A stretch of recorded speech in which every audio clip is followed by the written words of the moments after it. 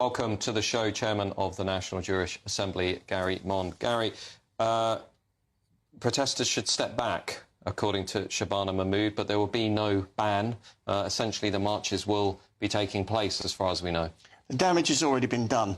There should have been no marches for the last 2 years. It's not just now.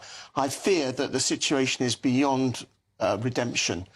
We have a situation in schools where Jewish children are being abused and insulted because they're Jewish, a situation in hospitals where Jewish patients have to be treated by nurses wearing Free Palestine badges.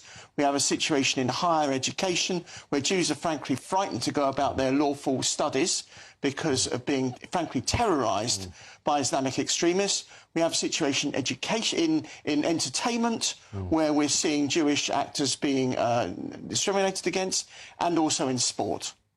Gary, when you saw David Lammy and other Labour politicians turning up at some of the memorial events and the gatherings, just tell us, how would that come across to British Jews? I'm not a fan of Boris Johnson, but he used a great expression, vomit-inducing.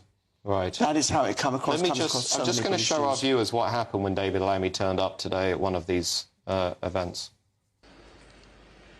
So therefore, I have great pleasure in introducing our Deputy Prime Minister, David Lammy. And before I do, please, we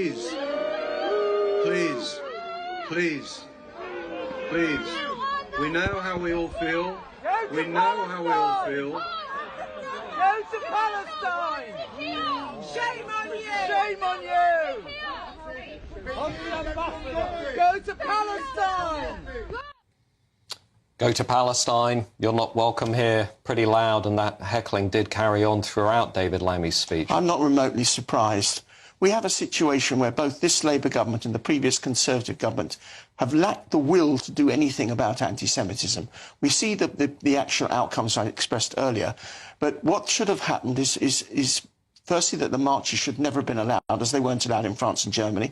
And secondly, we should have gone a step further, which I know is controversial, what I'm about to say now. We should have banned the Palestinian flag. It's a flag of a fictitious country, which Keir Starmer has tried to make less fictitious for his own political ends. But it is nevertheless a fictitious country, and it is essentially a hate flag. Just as the Hamas flag and the Hezbollah flag are banned, so should the Palestinian flag be banned as well. What do you think about those people who say that actually there has been a link between Labour's decision to recognise Palestine and the kind of attacks that we saw this week? I think there's definitely been a link. What I would actually say, what puzzles me, to be honest, is its virtue signalling. Does Keir Starmer really think it's going to help him win more Muslim votes? You see, I know some of your earlier commentators are talking about what Muslims are thinking. I think that they're generally in two categories. There are those law-abiding Muslims who, like the rest of us, are going to vote at the next election on the basis of national issues. And then there are the Islamists who are going to vote for Jeremy Corbyn anyway, or for the Gaza independence. Starmer's not going to get any votes at all from that combination. I just want to bring in the panel, if I can, acting deputy comment editor at The Telegraph, Poppy Coburn, and political commentator Kai Wilshaw. Kai, what on earth were Labour thinking turning up at these events? I mean, you saw the visceral reaction there. Surely Number 10 would have known this was not a good move. I don't see the alternative. I think it's the right thing to do to show support to the Jewish community. And had they not done so, you would be sitting here on the panel saying how egregious it is that the government is showing no support to the Jewish community. I don't see how they can win in this situation, frankly. I think they're trying to do the best they can to show national leadership, but they have failed to do so in the past, I agree. But they're trying to properly show support to the Jewish community, and especially ahead of these horrible hate marches. Yeah, I think showing proper support to the Jewish community, though, isn't enough just standing up there on a lectern and saying thoughts and prayers. It's action. And I think, you know, what you've described, the 2-year breakdown in relationship between the government and the Jewish community, is because there hasn't been action. It has just been platitudes. That's absolutely right. And we have got to a situation in this country now, we have guards standing outside of synagogues. Several guards and Jewish schools and other Jewish places. People not being able to walk down the street, showing that they are members of a religious minority. People in their sports cars blasting out anti-Jewish slurs.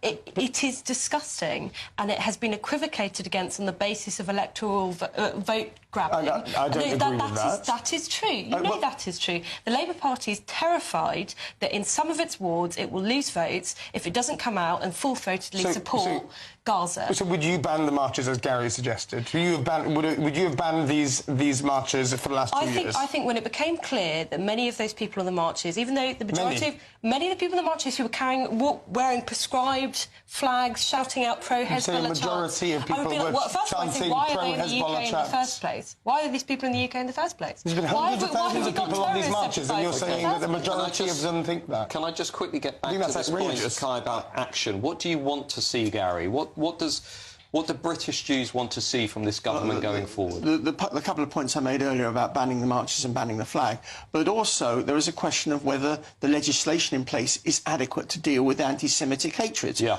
I don't believe it is. And I would like to see a Reform UK government in the future, which is, frankly, they're the only political party who are going to take this issue seriously. I think, as one of your earlier commentators said, and I would like to see them come up with legislation that are going to try and address the matter. But can I also just say about the fact that people going on these marches because they support Palestine? If they support Palestinian people, what they need to do is get behind Donald Trump's initiative in solving the issues in Gaza. That is what needs to be done. And it's very interesting to see how Hamas and many of the Islamic militants are opposed to what Trump is trying to do. Indeed. Well, indeed. Well, thank you, Gary, for joining us, and thank you to my panel for their comments. We will carry on debating these issues because coming up...